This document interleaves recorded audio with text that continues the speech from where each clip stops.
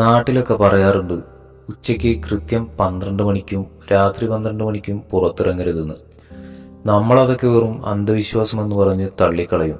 പക്ഷേ അന്നത്തെ ആ ഉച്ചയ്ക്ക് ശേഷം എനിക്കൊരിക്കലും അതിനെ തള്ളിക്കളയാൻ തോന്നിയിട്ടില്ല. അന്ന് നല്ല ഉഷ്ണമുള്ള ഒരു ശനിയാഴ്ചയായിരുന്നു. വീടിനുള്ളിലെ ചൂട് സഹിക്കാൻ വയ്യാതെയാണ് ഞാൻ ഉമ്മറത്തെ തിണ്ണയിലേക്ക് കിടന്നത്. പുറത്ത് നല്ല വെയിലായിരുന്നെങ്കിലും ഉമ്മറത്ത് നല്ല തണുത്ത കാറ്റുണ്ടായിരുന്നു. ദൂരെ എവിടെയോ ഒരു കാക്ക കരയുന്ന ശബ്ദം കേട്ടുകൊണ്ടാണ് ഞാൻ കണ്ണടച്ചത്. എപ്പോഴോ ഞാൻ നല്ല മയക്കത്തിലേക്ക് വീണു. പെട്ടെന്നാണ് അന്തരീക്ഷമാകെ മാറിയത്.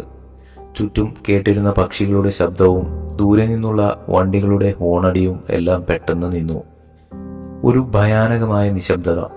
ഞാൻ കണ്ണു തുറക്കാൻ ശ്രമിച്ചു, പക്ഷേ കഴിഞ്ഞില്ല. എന്റെ കൺപോളകൾക്ക് മുകളിൽ ആരോ കാരിരുമ്പ് വെച്ചിരിക്കുന്നത് പോലെ തോന്നി. കൈകാലുകൾ ഇളക്കാൻ നോക്കി, പറ്റുന്നില്ല. ശരീരം മുഴുവൻ മരവിച്ചു പോയിരിക്കുന്നു. മെഡിക്കൽ ഭാഷയിൽ ഇതിനെ സ്ലീപ്പ് പാരലൈസിസ് എന്ന് പറയുമെങ്കിലും അവിടെ നടന്നത് അതൊന്നുമല്ല. പെട്ടെന്ന് എന്റെ നെഞ്ചിന്റെ ഭാഗത്ത് കടുത്ത ഭാരം അനുഭവപ്പെട്ടു. ശ്വാസം മുട്ടുന്നത് പോലെ ആരോ എന്റെ നെഞ്ചിൽ കയറിയിരിക്കുന്നുണ്ട്. എന്റെ കാതുകൾക്ക് തൊട്ടടുത്ത് നിന്ന് ഒരു ശ്വാസോച്ഛ്വാസത്തിന്റെ ശബ്ദം ഞാൻ കേട്ടു. അതൊരു മനുഷ്യന്റെ ശ്വാസം ആയിരുന്നില്ല. നല്ല തണുത്ത വിറയാർന്ന ഒരു ശ്വാസം. നീ ഇവിടെ കിടക്കേണ്ടവനല്ല. വളരെ നേർത്ത എന്നാൽ ഉള്ളിലിരുന്ന് മുഴങ്ങുന്ന ഒരു ശബ്ദം എന്റെ കാതുകളിൽ പതിച്ചു. എന്റെ തൊണ്ടയിൽ നിന്ന് ഒരു നിലവിളി പുറപ്പെടാൻ ഞാൻ ആവത് ശ്രമിച്ചു. പക്ഷെ ശബ്ദം പുറത്തേക്ക് വന്നില്ല. അതേസമയം ഉമ്മറത്തെ തറയിലൂടെ ആരോ നടന്നു നീങ്ങുന്ന ശബ്ദം കേട്ടു. ചെരുപ്പിടാത്ത കാലുകൾ തറയിൽ ഉരസുന്ന ശബ്ദം. അത് നേരെ വന്ന് എന്റെ തലയ്ക്കൽ നിന്നു. പണിപ്പെട്ട് ഞാൻ എന്റെ കൺകോണിലൂടെ ഒന്ന് നോക്കി. ഉമ്മറത്തിന്റെ തൂണിനോട് ചേർന്ന് ഒരു നിഴൽ രൂപം നിൽക്കുന്നുണ്ട്.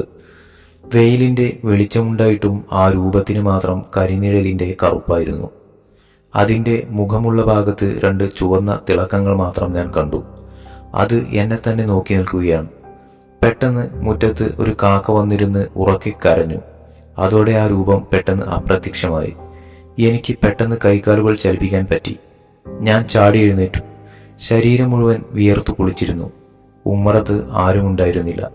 പക്ഷേ ഞാൻ കിടന്നിരുന്ന തിണ്ണയുടെ വശത്ത് തറയിൽ ഒരു തണുപ്പ് അപ്പോഴും ബാക്കിയുണ്ടായിരുന്നു. ഉമ്മറത്തെ ആ കരിനിഴൽ രൂപം അപ്രത്യക്ഷമായെങ്കിലും ഭയം എന്നെ പൂർണ്ണമായും വിട്ടൊഴിഞ്ഞിരുന്നില്ല. ശ്വാസം നേരെ വീണപ്പോൾ ഞാൻ ചുറ്റും നോക്കി. വെയിൽ അപ്പോഴും തിളച്ചു മറിഞ്ഞു നിൽക്കുന്നുണ്ട്. പക്ഷേ എനിക്ക് നല്ല തണുപ്പ് അനുഭവപ്പെടുന്നുണ്ടായിരുന്നു. ഞാൻ എഴുന്നേറ്റ് മുഖം കഴുകാനായി കിണറ്റിൻകരയിലേക്ക് നടന്നു. മുഖത്തൊഴിച്ച വെള്ളത്തിന് ഐസ് പോലെയുള്ള തണുപ്പായിരുന്നു. തിരികെ ഉമ്മറത്തേക്ക് വരുമ്പോഴാണ് ഞാൻ ആ കാര്യം ശ്രദ്ധിച്ചത്. ഉമ്മറത്തെ ചാരുകസേര അത് തനിയെ ആടുന്നുണ്ടായിരുന്നു. കാറ്റിലല്ല, ആരോ ഇരുന്ന് ആട്ടിവിട്ടതുപോലെ ബലമായി തന്നെ. ആരാടാ അവിടെ? ഞാൻ ധൈര്യം സംഭരിച്ച് വിളിച്ചു ചോദിച്ചു. ശബ്ദം പുറത്തേക്ക് വന്നപ്പോൾ നേരിയൊരു വിറയലുണ്ടായിരുന്നു. പെട്ടെന്ന് കസേരയുടെ ആട്ടം നിന്നു. അതിനൊപ്പം തന്നെ വീടിന്റെ ഉൾവശത്തു നിന്ന് ഒരു പാത്രത്തിന്റെ കിലുക്കം കേട്ടു. അമ്മ അപ്പോഴും അടുക്കളയിൽ ജോലിയിലായിരിക്കുമെന്നാണ് ഞാൻ കരുതിയത്. ഞാൻ വേഗം വീടിനകത്തേക്ക് നടന്നു. ഓളും കടന്ന് അടുക്കളയിൽ എത്തിയപ്പോൾ അമ്മ അവിടെ തിടുക്കത്തിലെന്തോ ചെയ്യുകയായിരുന്നു.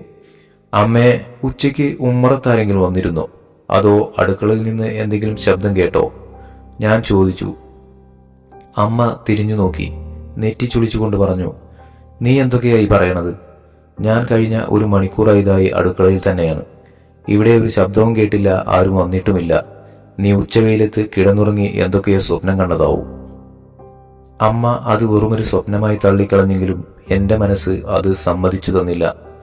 കാരണം എന്റെ കഴുത്തിന്റെ പിൻഭാഗത്ത് അപ്പോഴും ആ അദൃശ്യ രൂപത്തിന്റെ വിരലുകൾ തൊട്ടതുപോലെയുള്ള ഒരു തരിപ്പ് ബാക്കിയുണ്ടായിരുന്നു.